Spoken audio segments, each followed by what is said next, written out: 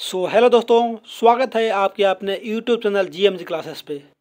दोस्तों आज आप लोग के लिए लेकर आ गए हैं, जैसा कि आप लोग थंबनेल स्क्रीन पे दिखाई दे रहा होगा, बीएससीबी 12th एग्जाम 2024 के लिए सब्जेक्ट केमिस्ट्री का रसायन विज्ञान का वायरल क्वेश्चन पेपर लेकर आ गए हैं, जो only most very important question इसमें बताने वाले हैं। मतलब कि ऐसा एग्जाम में, परीक्षा में बार बार पूछता है, तो वीडियो को लास्ट तक जरूर देखेगा। और जो भी चैनल पर नए होंगे चैनल को सब्सक्राइब करके बेल आइकन को दबा देंगे, ताकि नोटिफिकेशन सबसे पहले पहुंचता रहेगा। तो चलते हैं आज का क्वेश्चन की ओर, फर्स्ट क्वेश्चन की ओर। तो आगे बढ़ने से पहले एक शायरी डेडिकेट करना चाहता हूं कि तलब लग चुकी है मंजिल की, तो खुद को आग में झोंक देंगे। और ये ठोकरें कहती हैं मारा जाएगा, पर हौसले कहते हैं देख लेंगे। तो चलिए हम लोग भी देख लेते हैं कि कितना वायरल क्वेश्चन है, कितना बार पूछा है सो। तो चलिए आज का फर्स्ट क्वेश्चन कुछ इस प्रकार से आपका स्क्रीन पे शो हो रहा है। देखिए फर्स्ट क्वेश्चन बोल रहा है कि निम्नलिखित में से कौन अक्रिस्टलीय ठोस पदार्थ है। जो अक्रिस्टलीय ठोस पदार्थ है जो कौन है? हीरा है, ग्रेफाइट है, कांच है या साधारण नमक है। तो बता दूं कि इसका जो करेक्ट आंसर हो जाएगा वो हो जाएगा ऑप्शन सी हो जाएगा, अर्थात कांच है, जो क्या अक्रिस्टलीय ठोस के रूप में पाया जाता है। करेक्ट आंसर ऑप्शन सी हो जाएगा, कांच हो जाएगा, ग्लास हो जाएगा। आगे चलते हैं सेकंड क्वेश्चन पे।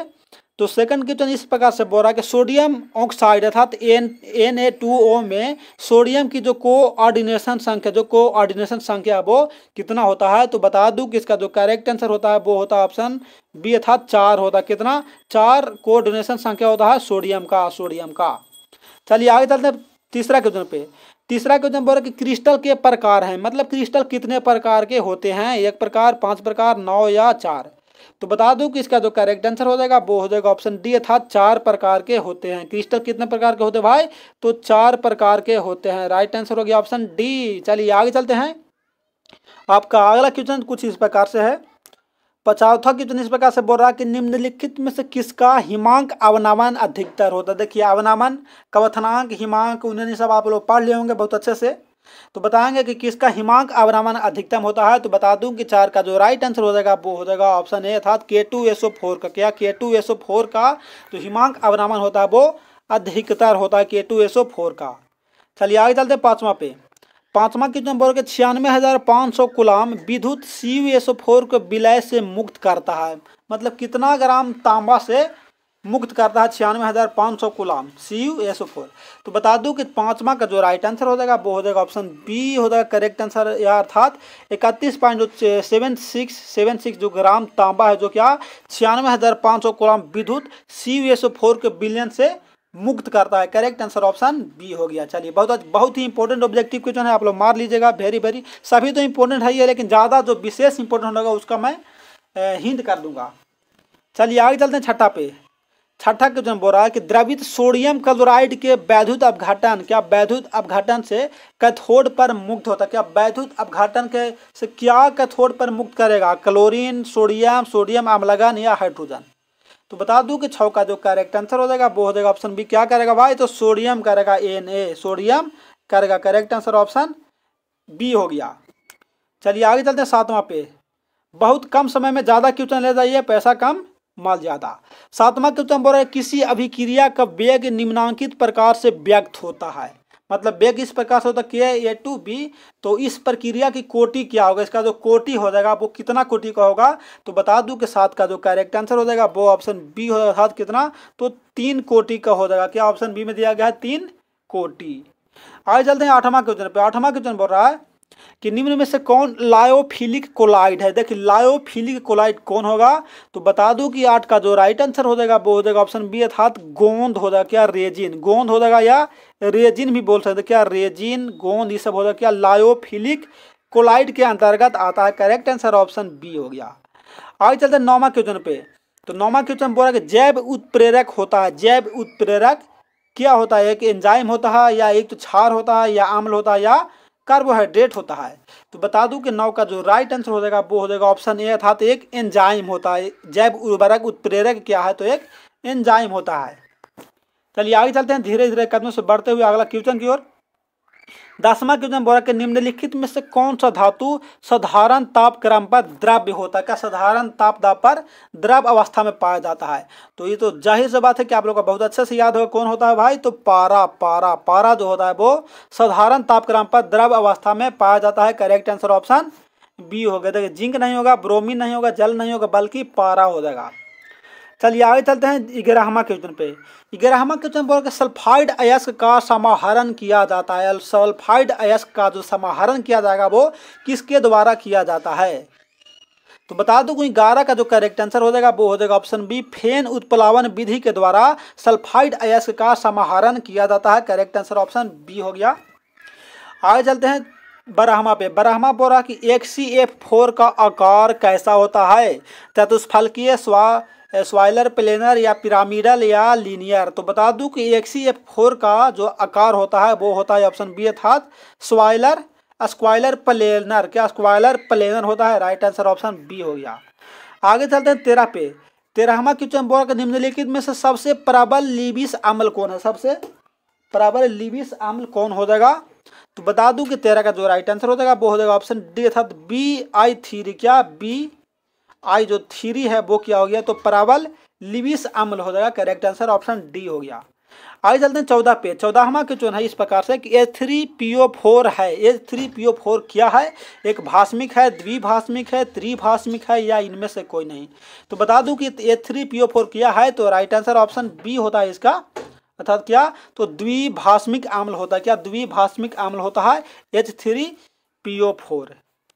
आगे चलते हैं 15वां क्वेश्चन पे। 15वां क्वेश्चन बोलकर निम्नलिखित में से हरा थोथा कहते हैं, मतलब इन चारों ऑप्शनों में से हरा थोथा किसे कहते हैं? तो हरा थोथा का जो सूत्र होता है वो क्या होता है? तो चलिए बता दूं कि उसका जो सूत्र होता है वो होता है FeSO4 × 7H2O। 7H2O तो कहाँ दिया गया है? तो राइट आंसर ऑप्शन ए में नजर आ रहा है हम लोग का FeSO4 × 7H2O। 15 का जो राइट आंसर हो गया वो ऑप्शन ए हो गया। चलिए आगे चलते हैं 16 पे। 16वां क्वेश्चन बोला कि किस ग्रुप के तत्वों को संक्रमण तत्व कहा जाता है? कौन सा ग्रुप को? तो बता दूं P block, S block, D block या F ब्लॉक? तो बता दूं कि 16 का जो राइट आंसर हो जाएगा वो हो जाएगा ऑप्शन सी हो जाएगा अर्थात D ब्लॉक के तत्वों को हम लोग संक्रमण तत्व कहते हैं। और बहुत ही दुख की बात क्या, चलिए हाँ तो बहुत ही दुख की बात कहा जा रहा है आप लोग का कि जो गुरु मस्ती जो GNMT चैनल था वो थोड़ा सा यूट्यूब के द्वारा बैन कर दिया गया है तो कुछ दिनों के लिए।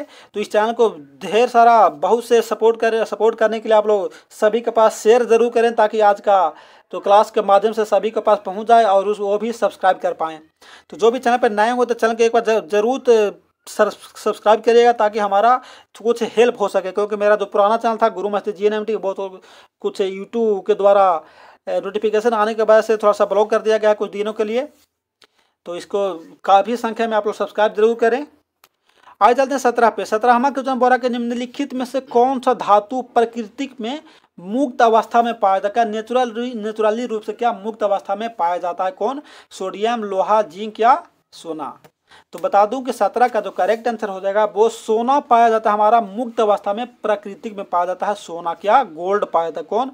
तो गोल्ड पाया जाता है, गोल्ड। चलिए आगे चलते हैं 18वां क्वेश्चन K4FeCN6। K4FeCN6 क्या है? तो बता दूं कि क्या होता है? तो 18 का correct answer option B right है था जटिल लवण होता है। क्या? K4FeCN6 एक जटिल लवण होता है। क्या? जटिल लवण होता है, मतलब NaCl बोला जा सकता है, NaCl। चलिए आगे चलते हैं 19 पे। 19वां क्वेश्चन कि इथेन में कार्बन का संकरण क्या होता है? इथेन में कार्बन का जो संकरण होता है वो क्या होता है? sp3, sp2, sp या sp3d2? तो बता दूं कि इथेन में जो कार्बन का संकरण होता है वो होता है ऑप्शन ए अर्थात sp3 होता है। क्या? sp3 होता है, sp3। Right answer option A हो गया। आगे अगला क्वेश्चन पे। अगला क्वेश्चन 20 इस प्रकार से कि एल्किन का समान सूत्र क्या होता है? देखिए alkane, alkene, alkyne, alkane, alkene, alkyne. तो एल्किन का हम लोग से पूछ रहा है तो इसका जो सूत्र होता है वो क्या होता है? तो इसका सूत्र होता है क्या? CnH2n सिंपल होता है। तो कहाँ दिया गया है? ऑप्शन ए में CnH2n एल्किन का सूत्र होता है। एल्किन, एल्केन, एल्काइन मतलब जूटा, हटा, घाटा। आगे चलते हैं 21 पे। 21 में बोला कि एल्किल हाइलाइड को एल्कोहल में बदला जाता है। एल्किल हाइलाइड को एल्कोहल में हम लोग बदल पाएंगे किसके द्वारा, कौन सा अभिक्रिया के द्वारा हम लोग एल्किल हाइलाइड को एल्कोहल में बदल पाएंगे। तो क्या ए में दिया गया है योगात्मक अभिक्रिया द्वारा, बी में बोरा कि विस्थापन अभिक्रिया के द्वारा, सी में दिया गया है विलोपन अभिक्रिया और डी में दिया है डिहाइड्रोजिनेशन अभिक्रिया के द्वारा। तो बता दूं कि 21 का जो करेक्ट आंसर हो जाएगा वो हो जाएगा ऑप्शन बी अर्थात विस्थापन अभिक्रिया के द्वारा हम लोग एल्किल हाइलाइड को एल्कोहल में बदल सकते हैं। करेक्ट आंसर ऑप्शन बी होता है। आगे 22 में ग्लिसरॉल है एक, मतलब ग्लिसरॉल क्या है, प्राइमरी एल्कोहल है, सेकेंडरी एल्कोहल है, टर्शियरी एल्कोहल है या ट्राईहाइड्रिक एल्कोहल है। तो 22 का क्या होता है, तो राइट आंसर ऑप्शन डी अर्थात ट्राईहाइड्रिक एल्कोहल होता है। ग्लिसरील क्या होता है, तो ट्राईहाइड्रिक एल्कोहल होता है। करेक्ट आंसर ऑप्शन डी हो गया। आगे चलते 23 पे। 23 बोल रहा है कैल्शियम फॉर्मेट का शुष्क स्त्रावन देता है। क्या शुष्क स्त्रावन देता है भाई, तो 23 का राइट आंसर ऑप्शन ए हो गया HCHO। क्या HCHO देता है, राइट आंसर ऑप्शन ए हो गया। कैल्शियम फॉर्मेट का शुष्क स्त्रावन जो देता है वो HCHO देता है। आगे चलते 24 पे। 24 का क्वेश्चन कुछ इस प्रकार से है कि कार्बोनिल ग्रुप में कार्बन परमाणु होते हैं। कार्बनिक ग्रुप में जो कार्बन परमाणु होता है वो क्या होता है, तो 24 का राइट आंसर हो गया ऑप्शन बी अर्थात sp2 हाइब्रिडाइज होता है। क्या sp2 कौन, sp2 जो हाइब्रिडाइज होता है। राइट आंसर ऑप्शन बी हो गया। चलिए आगे चलते हैं 25 पे। 25 वर्ग मिथाइल एमीन को बनाया जा सकता है। कौन सा अभिक्रिया के द्वारा मिथाइल एमीन को बना सकते हैं। देखिए सब पढ़े होंगे वाला बुटार्ड अभिक्रिया, हॉफमैन ब्रोमाइड अभिक्रिया, फ्रीडल क्राफ्ट अभिक्रिया, कोल्बे अभिक्रिया, ये सब 5 मार्क्स में, कितना में, तो 5 मार्क्स में एग्जाम में पूछ देता है। जो सभी कितना वेरी इंपॉर्टेंट ऑब्जेक्टिव क्वेश्चन है दे देगा कि बुटार्ड अभिक्रिया का क्या बोला, तो व्यंजक निकालें। हॉफमैन ब्रोमाइड अभिक्रिया क्या है, संयुक्त वर्णन करें। फ्रीडल क्राफ्ट अभिक्रिया क्या है, सचित्र वर्णन करें, चित्र के साथ वर्णन करें। कोल्बे अभिक्रिया का है, संपूर्ण उसका टाइप का प्रकार लिखें और सचित्र वर्णन करें। सभी देता है 5 मार्क्स में। तो आप लोग का नम्र निवेदन है आप लोग से कि ये सब अभिक्रिया आप लोग पढ़ लीजिएगा। बुटार्ड अभिक्रिया, हॉफमैन ब्रोमाइड अभिक्रिया, फ्रीडल क्राफ्ट अभिक्रिया और कोल्बे अभिक्रिया बहुत ही वेरी इंपॉर्टेंट है 5 मार्क्स के लिए। तो बता दूं कि 25 का जो करेक्ट आंसर हो जाएगा वो हो जाएगा ऑप्शन बी अर्थात मिथाइल एमीन को बनाया जा सकता है किसके द्वारा, तो हॉफमैन ब्रोमाइड अभिक्रिया के द्वारा हम लोग मिथाइल एमीन को बना सकते हैं। आगे 26 में बोला कि एंजाइम क्या है, कार्बोहाइड्रेट, लिपिड, प्रोटीन या इनमें से कोई नहीं। तो एंजाइम क्या है भाई, तो 26 का जो करेक्ट आंसर है वो ऑप्शन सी हो जाएगा अर्थात प्रोटीन। क्या एंजाइम किसके अंतर्गत आता है, तो प्रोटीन के अंतर्गत आता है। चलिए आगे चलते हैं 27। निम्नलिखित में से कौन सा रेशा पॉलीएमाइड का बना होता है। पॉलीएमाइड का रेशा कौन सा बना होता है, डेक्रोन, आर्लोन, नाइलॉन या रेयोन। 27 का जो बता दूं कि जो करेक्ट आंसर हो जाएगा वो ऑप्शन सी नाइलॉन जो होता है वो रेशा पॉलीएमाइड के द्वारा बनाया जाता है। करेक्ट आंसर ऑप्शन सी हो गया, सी। चलिए आगे चलते हैं 28 पे। 28 में बोला कि निम्न में से कौन सी दवा बुखार को कम करता है, एनाल्जेसिक, एंटीबायोटिक, एंटीपायरेटिक या ट्राइविलाइजर। बुखार को क्या करता है, कम करता है। तो 28 का जो राइट आंसर हो जाएगा वो हो जाएगा ऑप्शन सी एंटीपायरेटिक है, जो क्या बुखार को कम करता है। बुखार को कम करता है एंटीपायरेटिक। आगे 29 पे। 29 का क्वेश्चन थोड़ा सा लॉन्ग, थोड़ा सा छोटा कर देते हैं। बोला कि बिना किसी लत और परिष्करण के निम्न में से कौन सा दर्दनाशक के रूप में प्रयोग किया जाता है। दर्दनाशक के रूप में मतलब दर्द को हरण करने के लिए प्रयोग किया जाएगा किसका, तो 29 का राइट आंसर ऑप्शन बी का अर्थात एसिटिल पैरा एमिनोफिल को, किसका, पैरा एमिनोफिनोल को प्रयोग किया जाता है किसका, तो दर्दनाशक के रूप में किया जाता है। आगे 30 पे। शॉर्टकी दोष के कारण ठोस का जो घनत्व होता है वो क्या होता है, शॉर्टकी दोष और आप लोग फ्रेंकेल दोष। क्या शॉर्टकी दोष और फ्रेंकेल, क्या फ्रेंकेल दोष आप लोग पढ़े होंगे। ये भी बहुत क्या very objective question, must very objective या सब्जेक्टिव भी बोला जा सकता है कि शॉर्टकी दोष और फ्रेंकेल दोष जो कितना, तो 5 मार्क्स में पूछता है। कितना, 5 मार्क्स में पूछता है। आप लोग ये भी याद कर लीजिएगा। तो यहाँ तो ऑब्जेक्टिव दिया है मात्र 1 मार्क्स के लिए कि शॉर्टकी दोष के कारण ठोस का जो घनत्व होता है वो क्या होता है, तो राइट आंसर ऑप्शन बी अर्थात घट जाता, क्या होता है, शॉर्टकी दोष के कारण ठोस का जो घनत्व होता है वो रिड्यूस होता है, इंक्रीज नहीं बल्कि डिक्रीज होता है, घट जाता है।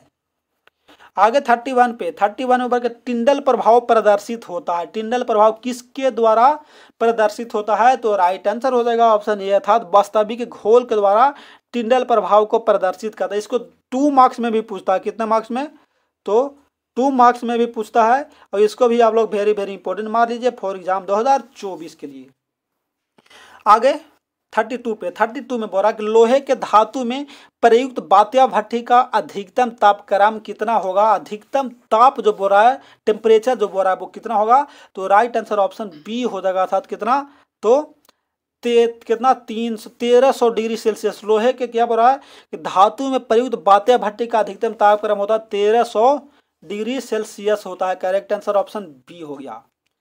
चलिए आगे चलते हैं 33 पे, 33 में बोल रहा कि कास्ट स्पिरिट कहलाती है। कास्ट स्पिरिट क्या कहलाती है, तो बता दूं कि क्या कहलाती है, तो 33 का राइट आंसर हो गया ऑप्शन ए अर्थात CH3OH। CH3OH कहलाता है कास्ट स्पिरिट। OH मतलब आप लोग समझ रहे हैं क्या, अल्कोहल, AlCHOHOL, अल्कोहल कहलाता है।